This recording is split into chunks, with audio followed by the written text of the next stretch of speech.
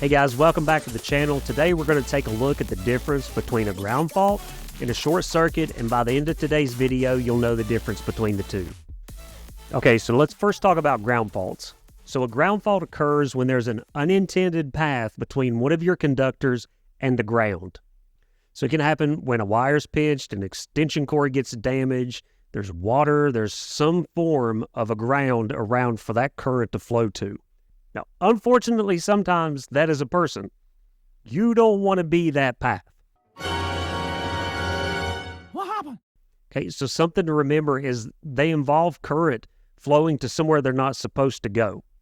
Something has power on it that it shouldn't. So your GFCI or your receptacle in your bathroom that your wife or your daughters never can keep from kicking when they plug in their hair dryers.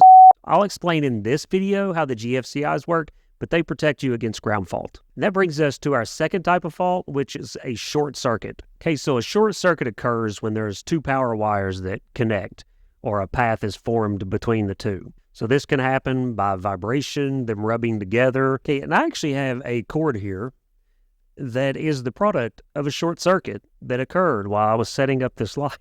So this thing caught on fire in my garage while I was setting up this light. So sparks started flying. This thing burst into flames. I'm screaming like a girl and jumping around trying to get it unplugged. Okay, so remember, two major differences. A ground fault, current is finding an unintended path back to the ground. So a short circuit is a direct, low resistance path between two conductors. So it usually involves fire, sparks, screaming. Guys, I love to joke. I love to play. Just remember this.